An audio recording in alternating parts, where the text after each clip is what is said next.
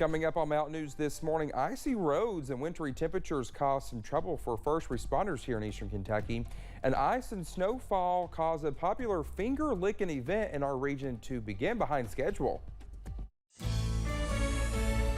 Dedicated to eastern and southern Kentucky, this is WYMT Mountain News this morning.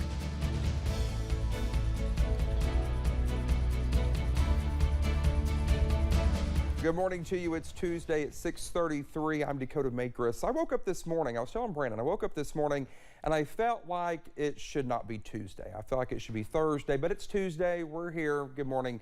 And speaking of Brandon, let's head over to him to look at that forecast. Brandon, can you somehow speed up the week maybe? I don't know. Maybe use some magic powers. I don't know. I would love to skip to Friday this week because we've got another system out there on the horizon that's going to cause us more trouble as we head toward midweek. And I really don't want to talk about it, but we're going to. We'll get you up to date here in just a second. But first, let's get you up to date on road conditions this morning. Go live to US 23 at Norton, and you can still see some snow in the cars, some snow in the grass.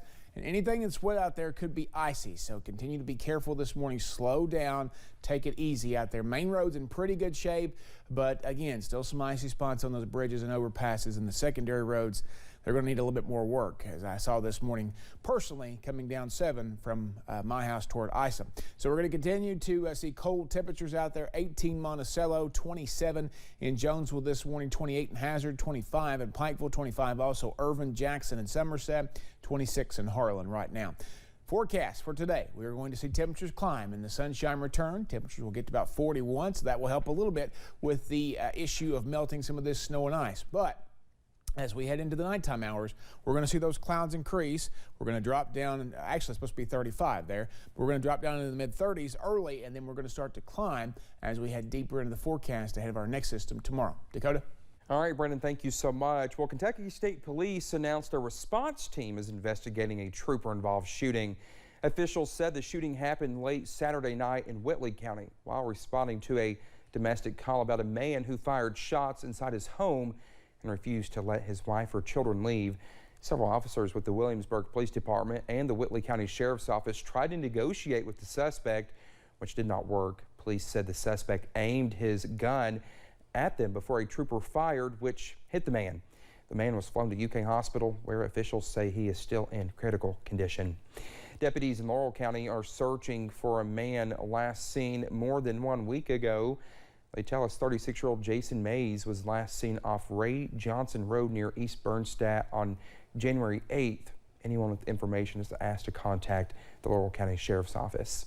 Treacherous road conditions caused by ice and snow can make it difficult for our first responders to get out to a call for help.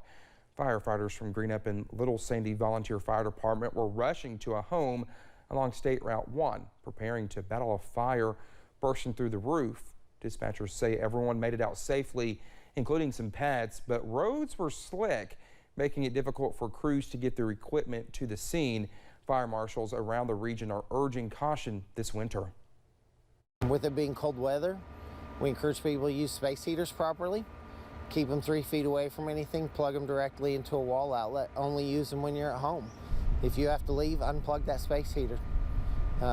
That's how we're going to prevent these winter fires is just be safe and make sure you have working smoke alarms so that we don't have the next fatal fire.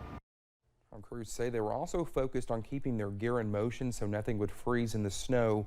The nearest water source was a fire hydrant half a mile up the road at a nearby Wendy's. As well as Monday being Martin Luther King Jr. Day, boxing legend and Louisville native Muhammad Ali would have turned 80 yesterday. A blood drive was hosted at the Louisville's Ali Center in honor and observation of National Blood Donor Month. Dozens lining up to roll up their sleeves. Right now, the Red Cross is experiencing a blood shortage. It's at a 10-plus year low for this time of year. That this can make a difference in patient care.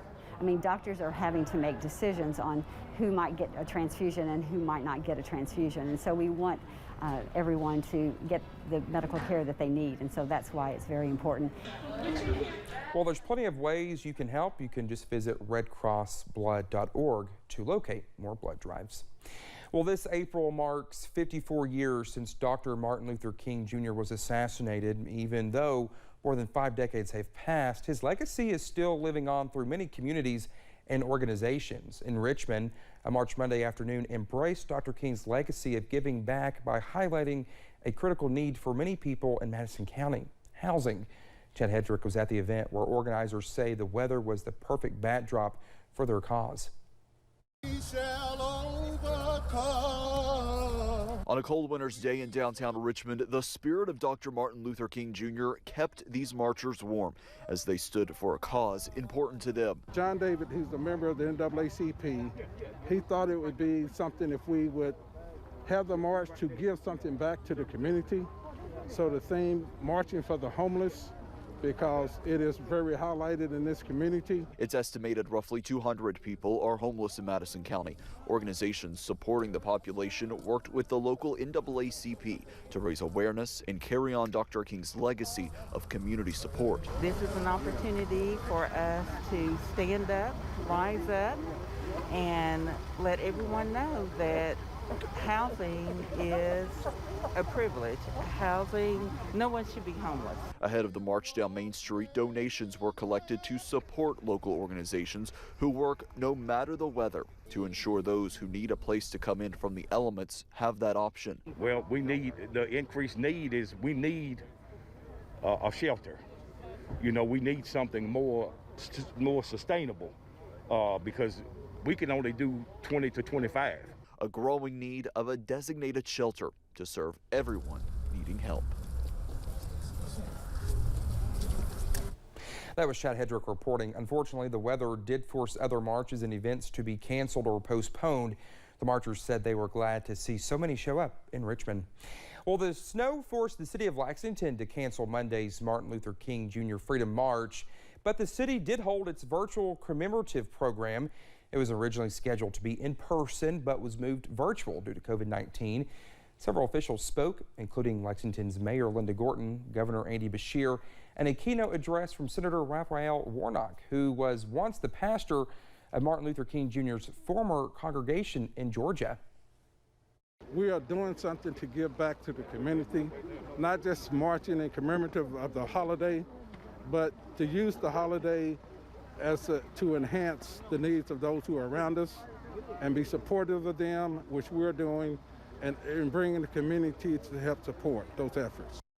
A virtual program was held at 7 Monday evening called Martin's Voice in the 21st Century. It was streamed on the Francis Street First Baptist Church's Facebook page. Well, Monday was supposed to be the start of Finger-Licking Chicken Week in Corbin, but fallout from Sunday's snowstorm caused problems. To protect workers and customers, most Corbin area restaurants were closed Monday evening, delaying the start of the week-long event. Citywide, restaurants create signature chicken dishes that will only cost $6, but people looking to sample some of the best food, well, will have to wait. All of our restaurants, if not all of our restaurants, were closed today due to wanting to protect the safety of their employees and potential customers. Officials hope the annual week-long tradition will begin in full today, but it depends on power being restored.